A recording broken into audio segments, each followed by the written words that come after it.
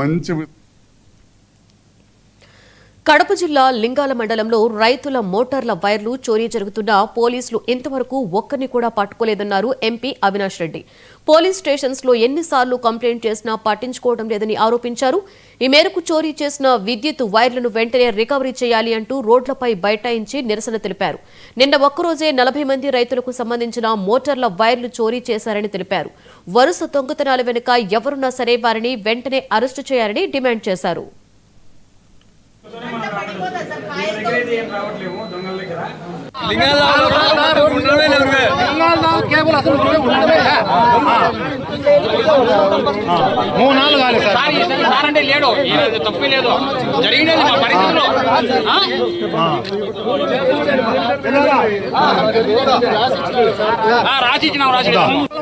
ఆడించుకోవాలా దానిలో నీకుంటే ఎట్లాగా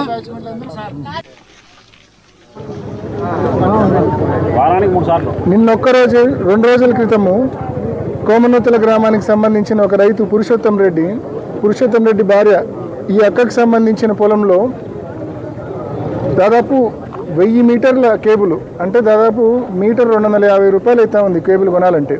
అంటే 2.5 లక్షల రూపాయల కేబుల్ దోపిడీకి గురైంది, దొంగతనానికి గురైంది. మరి ఎవరు ఆ నష్టాన్ని పూడుస్తారు?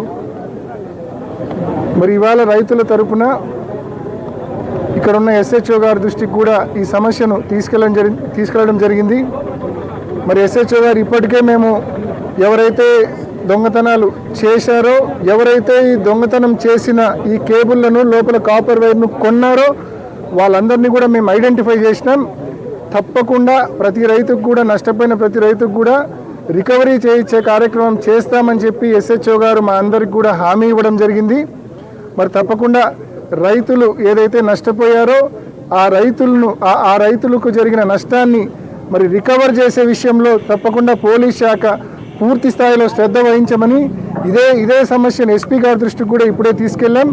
ఎస్పీ గారు కూడా దీని మీద ప్రత్యేక శ్రద్ధ పెట్టి నష్టపోయిన ప్రతి రైతుకు తన ఎంత కేబుల్ నష్టపోయింటే అంత కేబుల్ రికవర్ చేయించి